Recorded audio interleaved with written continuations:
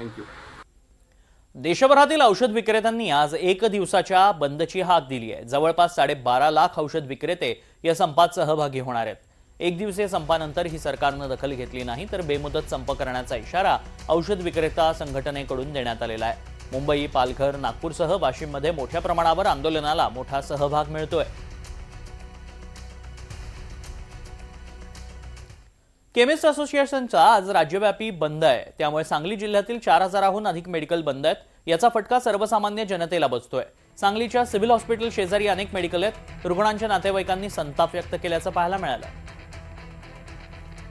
आमच्या घरी पेशंट आहे, डोकं दुखते, थंड ताप आहे, पण कुठेच दवाखाना गेल्यावर भरपूर पेशंट आहेत। मेडिकलमध्ये आलो तर मेडिकल सर्व बंद आहेत, गोळ्या औषध मिळत नाहीत। हीच तक्रार समस्या आहे, रुग्णांचा हाल व्हायला आहे, बाकी काय। सांगली सिव्हिल हॉस्पिटल इथे माझ्या मित्राचे वडील इथं ॲडमिट आहेत।